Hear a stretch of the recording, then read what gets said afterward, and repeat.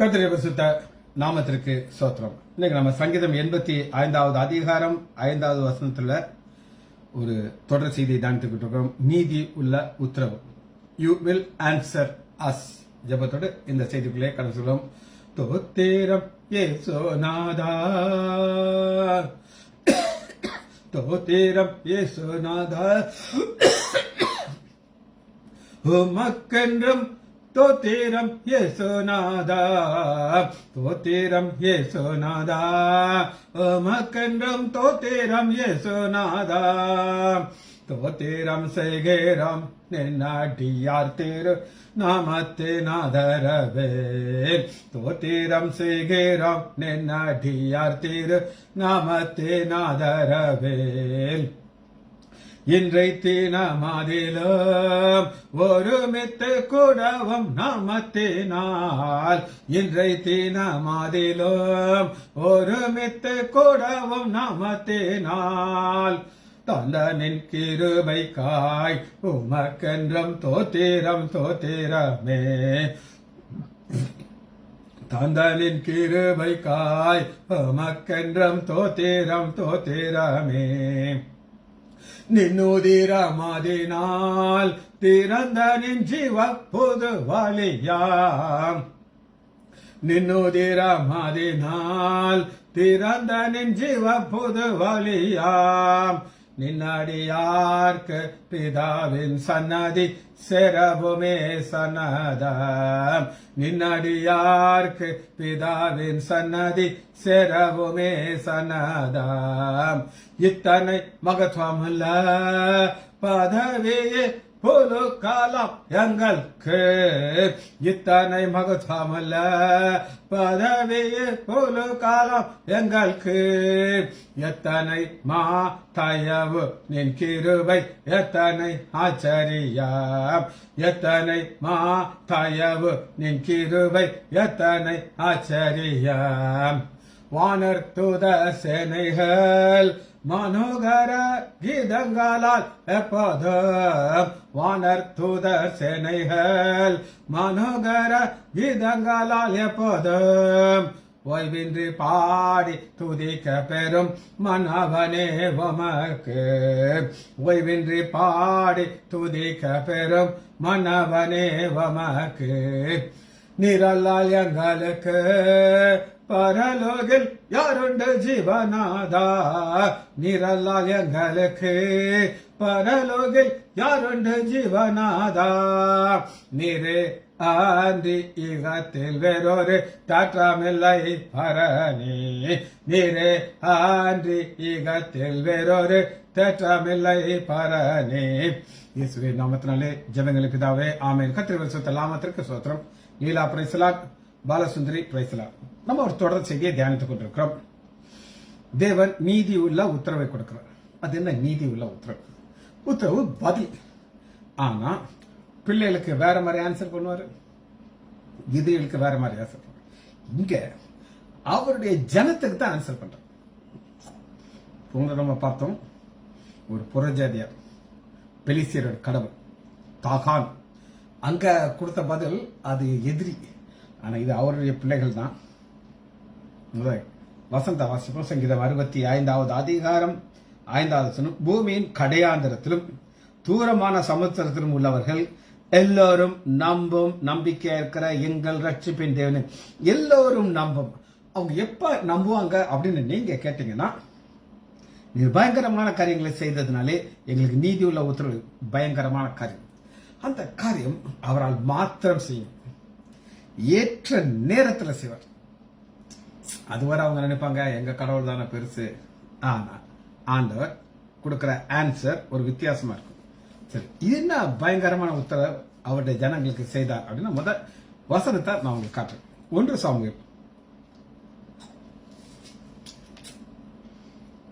Samuel 11வது அதிகாரம்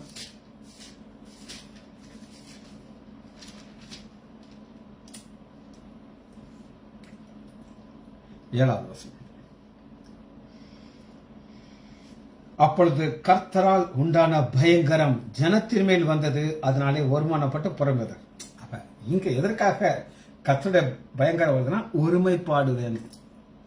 பிரிவினைங்கிறது ஒரு ஆவி. அந்த ஆவி சபைகளில் கிரியை செய்யும், ஆணுடைய பிள்ளைகள் மத்தியில் கிரியை செய்யும். அது எப்படி பிரிவினை செய்யணும் அப்படின்னு கேட்டீங்கன்னா, நீங்க ஒரே சபையா இருக்கக்கூடாது,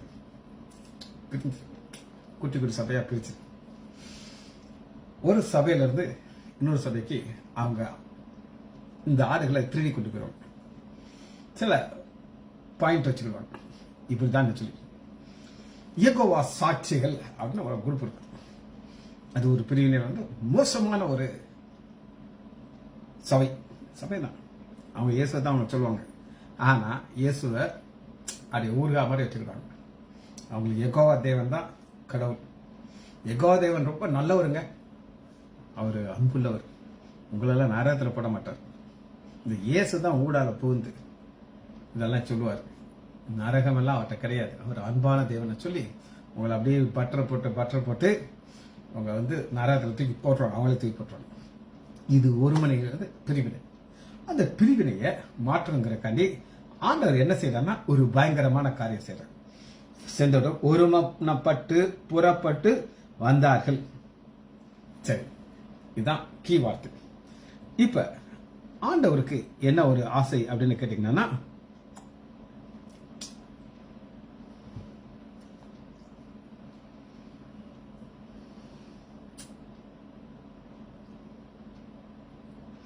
தேவனுடைய சித்தம் என்ன அப்படின்னு நம்ம பார்க்க போறோம்.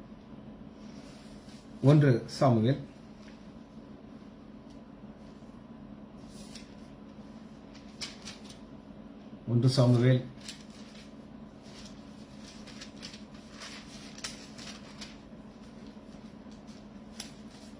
8வது அதிகாரம்.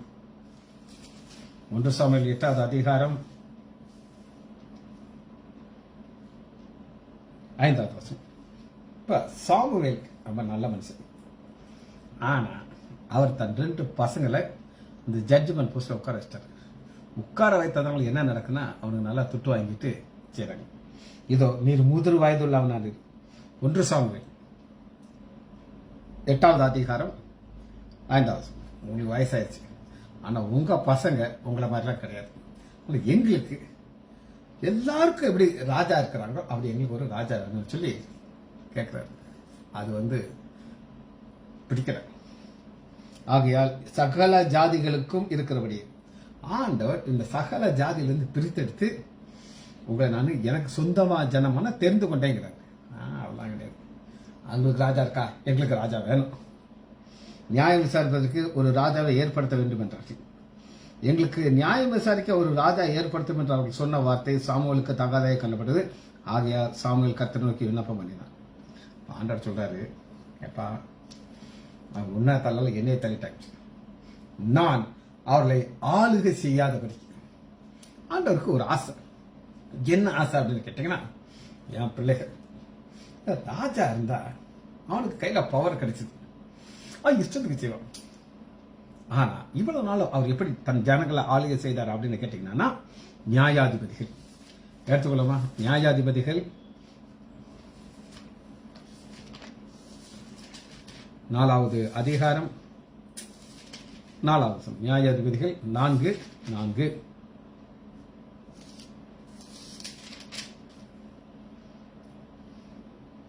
அக்காலத்திலே தெபரால் என்னும் ஒரு தீர்க்கதரிசியானவள் இஸ்ரவேலில் நியாயத்தீர்த்தார். இது ஒரு பெண். ஆண் பெண்ணால ஆண்டவர் கிடையாது. உனக்கு என்னோட ஐக்கியம் இருக்குன்னு ஆசை இருக்கா? தெபராலுக்கும் ஆண்டவருக்கும் பயங்கர கனெக்ஷன். அம்மா நகலாரா ஜோம் முழங்கால் படம் ஆண்டவர் பேசுறாரு. இந்த அம்மா ஆன்சர் சொல்லும். நியாயாதிபதிகள் 4வது அதிகாரம் 6வது.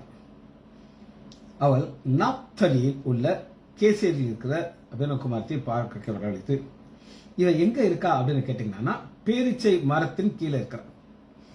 பேரிச்சை மரங்கிறது இஸ்ரேல் மக்களுக்கு அது ஒரு அடையாளம். அவங்க செங்கடலை திறந்து வராங்க, 12 பேரிச்சை தோட்டம். இதெல்லாம் எதுக்கு அடையாளமா, ஆண்டவர் அவங்களுடைய ஆசீர்வதிக்கிறார், இதுதான் ரைட் வே, நீ போராடாமல் பேரிச்சை மரத்தை வச்சுக்காரு. இந்த நேரத்தில் என்ன நடக்குது அப்படின்னு கேட்டீங்கன்னா, ஒரு யுத்தம் வருது. அந்த யுத்தத்துல அந்த தளபதி என்ன சொல்றாரு அப்படின்னு கேட்டீங்கன்னா, அம்மா என்ன சொல்றாங்க, 6. அவள் நப்தலின் பாராக்கை கேப்டன், நீ நப்தலி புருஷராலும் செபுலன் புத்திராலும் 16 பேரை கூட்டிக் கொண்டு தாபோர் மலைக்கு போ. நான் யாபின் சேனரை என்ன செய்ய ரதங்களை அங்கே கொண்டு வருவேன். கீசன் பள்ளத்தாக்கில் உள்ளது. இங்க கீசன் பள்ளத்தாக்கில் என்ன நடக்குது அப்படின்னு கேட்டீங்கன்னா, எதிரி இருக்கிறான். எதிரிக்கு பயங்கரமான ஒரு பவர்ஃபுல் வெப்பன் வச்சிருக்கான். பாருங்க, 4வது அதிகாரம் 3வது வசனம்.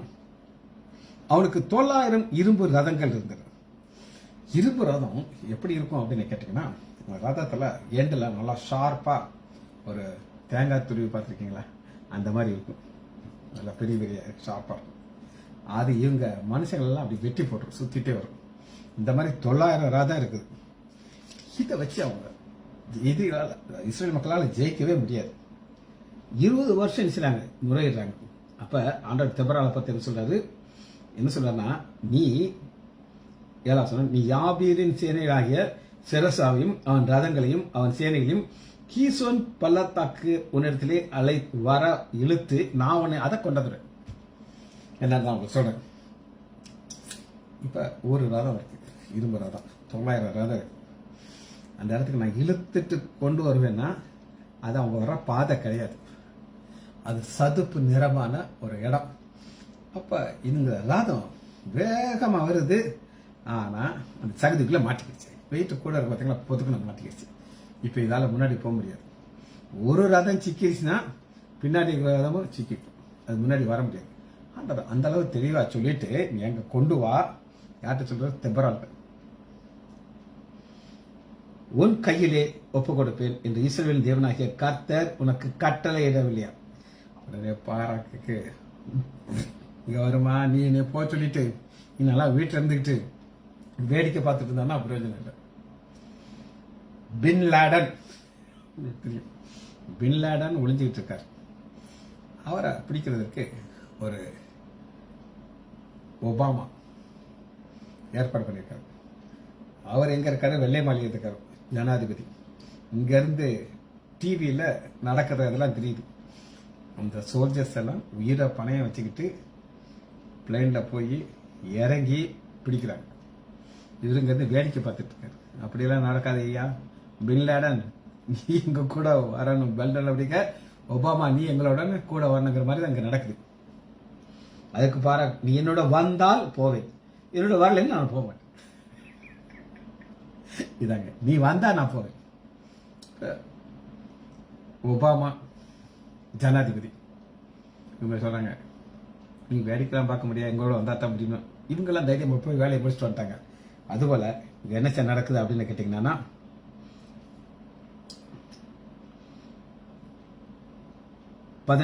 கர்த்தர் சிரசாவையும் அந்த எல்லா ரதங்களையும் சேனைகளையும் பாராக்கு முன்பாக பட்டய கற்கனால களங்கடித்தார்.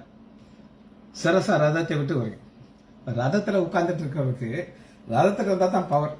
இறங்கி ஓடுனா அவன் பவர்லாம் போயிடுச்சு. எல்லாம் வெட்டு வச்சாங்க. இவன் என்ன செய்யறான்? போய் ஒரு வீட்டுக்குள்ள நுழைஞ்சுக்கிட்டான். கூடாரத்துக்குள்ள போயிட்டான். சமகாலத்தில் மூடினான். அவன் அவளை பார்த்து, குடிக்க எனக்கு கொஞ்சம் தண்ணீர் தாகமா இருக்கு.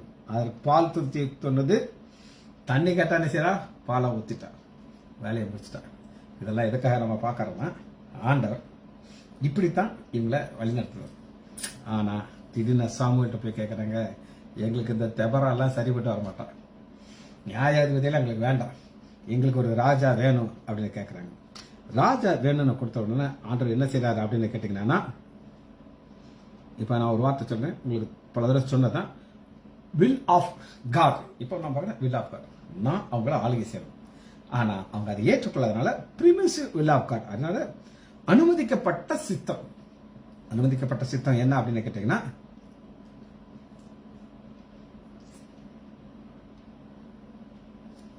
1 ராஜாக்கள் 8வது அதிகாரம். 1 ராஜாக்கள் 8வது 1வது 5வது சம்பவம் 1:5. இது ஒரு தானியாங்கிறவன் நான் ராஜா ஆகணும்னு சொல்லி ஆடுறான். ராஜா வரான் பாருங்க, நான் ராஜாவேன். இது வில் ஆஃப் காடும் கிடையாது, பிரிமிசிவ் வில்லும் கிடையாது. ஆனாலும் என்ன செய்ய ராஜா வரான். அப்படின்னு சொல்றவன் என்ன செய்யறான் அப்படின்னு கேட்டீங்கன்னா அவன் வாழ்க்கையை ஆண்டவர் முடிச்சிடாரு. ஆனால் 1 சாமுவேல் 9வது அதிகாரத்துல நம்ம பார்க்கிற சவுல் ஆண்டவர் அவரை ராஜாவாக்குறார். 2 பேர் இருக்காங்க. இப்ப அந்த வசனத்தை வாசிக்கிறேன். 1 சாமுவேல் 11வது அதிகாரம் 1 வசனத்துல நான் சொல்றான், நாகாசுகன் என்ன சொல்றான்னா, உங்கள் ஒவ்வொருடைய வலது கண்ணை நான் பிடிங்கிறேன் அப்படிங்கிறான். அதுக்கு ஒரு சின்ன கதை சொல்றேன். 2 பேர் அடுத்தடுத்து வீட்டுக்காரன். ஒருத்தர் மேல இன்னொருத்தருக்கு பயங்கர பொறாமை இருக்கு. பொறாமைனா பயங்கரமான பொறாமை. இந்த பொறாமை இருக்கிறவன் என்ன செய்யலாம் அப்படின்னு கேட்டீங்கன்னா, ஆண்டவர்கிட்ட ஜெபம் பண்றான். ஆண்டவரே, நீங்க எனக்கு என்ன கொடுத்தாலும் அவனுக்கு டபுளா நீங்க கொடுக்கணும் ஆண்டவர். என்னது, எனக்கு உனக்கு நடந்துச்சுன்னா அது அவனுக்கு டபுளா நடக்கணும் அப்படின்ட்டு குட்டி கதை. இப்ப ஆண்டவர் தேவ தூதன் வர்றான். எப்பா, உனக்கு உள்ளது அவனுக்கு எப்படி இப்ப டபுளா நான் கொடுக்கணும், நீங்க பாருங்கன்ட்டு என் ஒரு கண்ணை பிடிங்கி வெளியில் தூக்கி போட்டுறான். அவனுக்கு என்ன சொன்னா 2 கண்ணும் போயிடும். எனக்கு ஒரு கண்ணு போனா பரவாயில்ல, அவனுக்கு 2 கண்ணு போயிடும். இதுதான் டபுள். இந்த பார்த்தா கண்ணை பிடிக்க சொல்றாங்க. அதற்கு யாபீசின் மூப்பர்கள், நாங்கள் இஸ்ரேல் நாடெங்கும் ஸ்தானாதிபதியாகப்படி 7 நாள் தானும் எங்களை ரட்சிப்பார்களாவிட்டால் அவங்களை தவறுவாங்க. இந்த செய்தி எங்க போகுது அப்படின்னு கேட்டீங்கன்னா, ஜனங்கள் சத்தமிட்டு அழுகிறார்கள். 11 நாள் ஆண்டவர் ஒரு பயங்கரமான காரியத்தை செய்யறதுக்கு அவர் ரெடி ஆயிட்டார். ஆனா சூழ்நிலையை உருவாக்குறார். தன்னுடைய பவர் யாரை சப்போர்ட் பண்ண போகிறார் அப்படின்னு கேட்டீங்கன்னா, சவுல் ராஜா. சவுல் ராஜா தேவன் தெரிந்து கொண்டவர் தான் இல்லைன்னு நான் சொல்ல மாட்டேன். ஆனா மக்கள் அதை அக்செப்ட் பண்ண மாட்டேங்கிறாங்க. அக்செப்ட் பண்ணலைங்கிறதுனால அவர் ஒரு பயங்கரமான ஒரு காரியத்தை செய்கிறார். என்ன அப்படின்னு கேட்டீங்கன்னா, அப்பொழுது சவுல் மாடுகள் பின்னாலே வயலிலே வந்து, இன்னும் ஒரு விவசாயி தான், சாமுவேல் அபிஷேகம் பண்ணிட்டாரு. மக்களை அவர் அக்செப்ட் பண்ணல. ஆனா அவர் வேலையை பார்த்துட்டு இருக்காரு. அதாங்க ஆச்சரியமா. இன்னைக்கு அநேக ஊழியக்காரர்கள் வேலை செய்ய மாட்டாங்க. ஏன் வேலை செய்ய மாட்டாங்கன்னா, நாங்க முழு நேர ஊழியக்காரர்கள். சரி, அவங்க விஷயம் வேண்டாம். சவுல் இந்த செய்தியை கேட்ட உடனே தேவ ஆவி அவன் மேல இறங்கினாலே அவன் மிகவும் கோபம் உண்டான. தேவ ஆவி அவன் மேல இறங்குது. தேவ ஆவி எப்பொழுது இறங்கும் அப்படின்னு நீங்க கேட்டீங்கன்னா, டைமிங்ல இறங்கும். ஒரு வசனத்தை வாசிப்போமா? நியாயாதிபதிகள் 14வது அதிகாரம்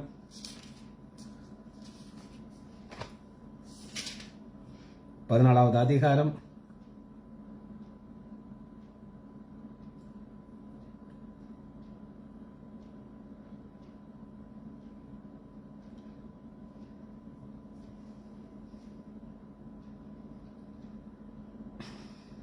5வது வசனம்.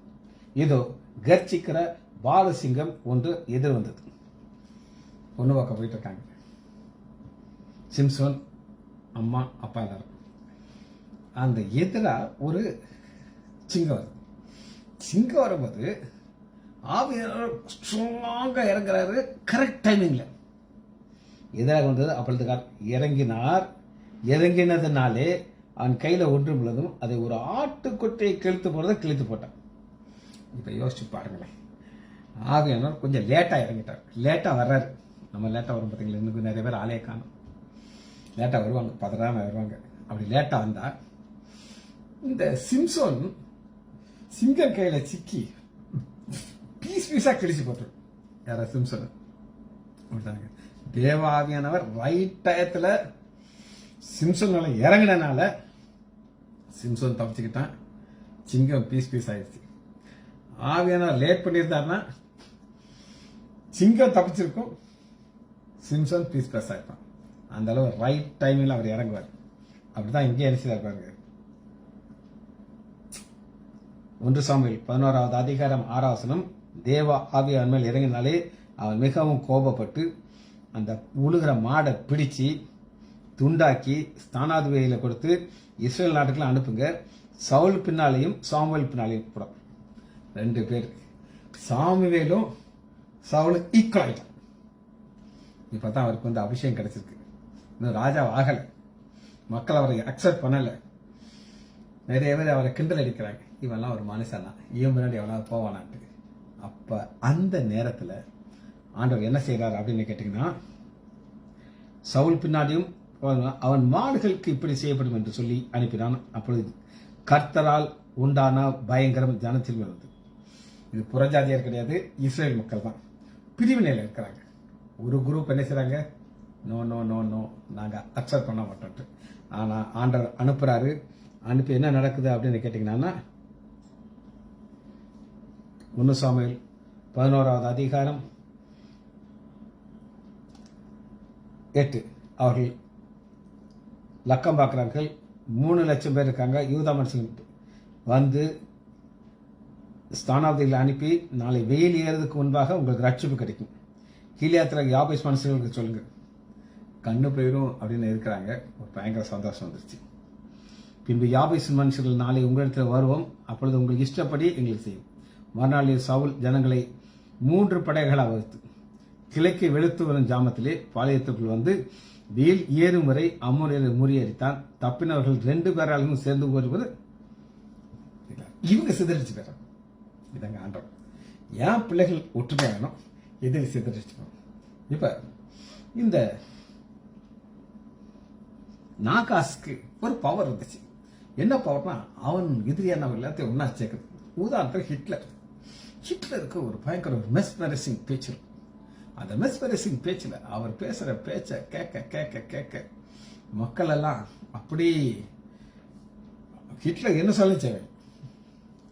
ஆனா இங்க என்ன நடக்குதுன்னா, இந்த நாகாசுடைய பேச்சை கேட்டுக்கிட்டே இருந்தவங்க யுத்தத்துல சிதறடிச்சு போறாங்க. அப்பொழுது ஜனங்கள் சாமுவேலை நோக்கி, சவுலா நமக்கு ராஜாவா இருப்பேன் என்று சொன்னவர்கள் கொன்று போடும்படிக்கு இந்த பழி வாங்குற என்ன, அது அந்த பயங்கரம் வந்துருச்சு. பயங்கரத்துல ஒன்னா சேர்ந்தாச்சு. ஆனா பழி வாங்குது, ஆண்டவர் பழி வாங்குதல் எனக்கு உரியதுங்கிற உன் வேலையை மாத்திரம் செய்யும். அதற்கு சவுல் சொல்றது யார்கிட்ட கேட்கறாங்க, சாமுவேல்கிட்ட பேசுறாங்க. பதில் சொல்றது சவுல். அந்த சொன்ன ஆரம்பத்தில் நல்ல மனுஷன் தான் இருந்தார். யாராவது கிண்டல் அடிச்சுனா காது கேட்காது. இன்று கர்த்தர் இஸ்ரேலுக்கு ரட்சிப்பை அருளினார் என்றான். அப்பொழுது சாமுவேல் ஜனங்களை நோக்கி, நாம் கில்காலுக்கு போய் ராஜ்யபாரத்தை ஸ்திரப்படுத்தும் வாருங்கள். இப்பதான் சவுல் ராஜாவாக அபிஷேகம் பண்ண போகிறார். அப்படியே ஜனங்கள் எல்லோரும் கில்காலுக்கு போய் அவ்விடத்திலே கர்த்தருடைய சந்நிதியிலே சவுலை ராஜாவாக ஏற்படுத்தி அங்கே கர்த்தருடைய சந்நிதியிலே சமாதான பலியை செலுத்தினார்கள். அங்கே இஸ்ரேல் ஜனங்கள் மனுஷர்கள் மிகவும் சந்தோஷமாக கொண்டாடினார்கள். ஒரு பயங்கரமான காரியத்தை ஆண்டவர் அனுப்புறார். ஆனா முடியும் போது எல்லாரும் சந்தோஷமா போறாங்க. இதுதான் ஆண்டவருடைய டெக்னிக். இன்னைக்கு உங்க வீட்டில் ஒரு பயங்கரமான காரியம் நடக்குது அப்படின்னு கேட்டீங்கன்னா, பின்னாடி ஒரு சந்தோஷமான காரியத்தை ஆண்டவர் வைத்திருக்கிறார். அதை அவர் செய்து கொடுப்பார். இதை வச்சு முடிப்போமா? மகா இரக்கமும் கிருபையுமுள்ள பிதாவே, உம்மை துதிக்கிறேன் ஐயா. நன்றி நன்றி நன்றி. உங்களுடைய கிருபைகளுக்கு நன்றி, ஆசீர்வாதங்களுக்கு நன்றி ராஜா. பிள்ளைகள் ஒவ்வொருவரையும் என் ஆண்டவராகிய இயேசு கிறிஸ்துவின் நாமத்தினாலே ஆசீர்வதிக்கிறேன். இயேசுவின் நாமத்தினால் ஜெபங்களை பிதாவே. ஆமேன் ஆமேன் ஆமேன்.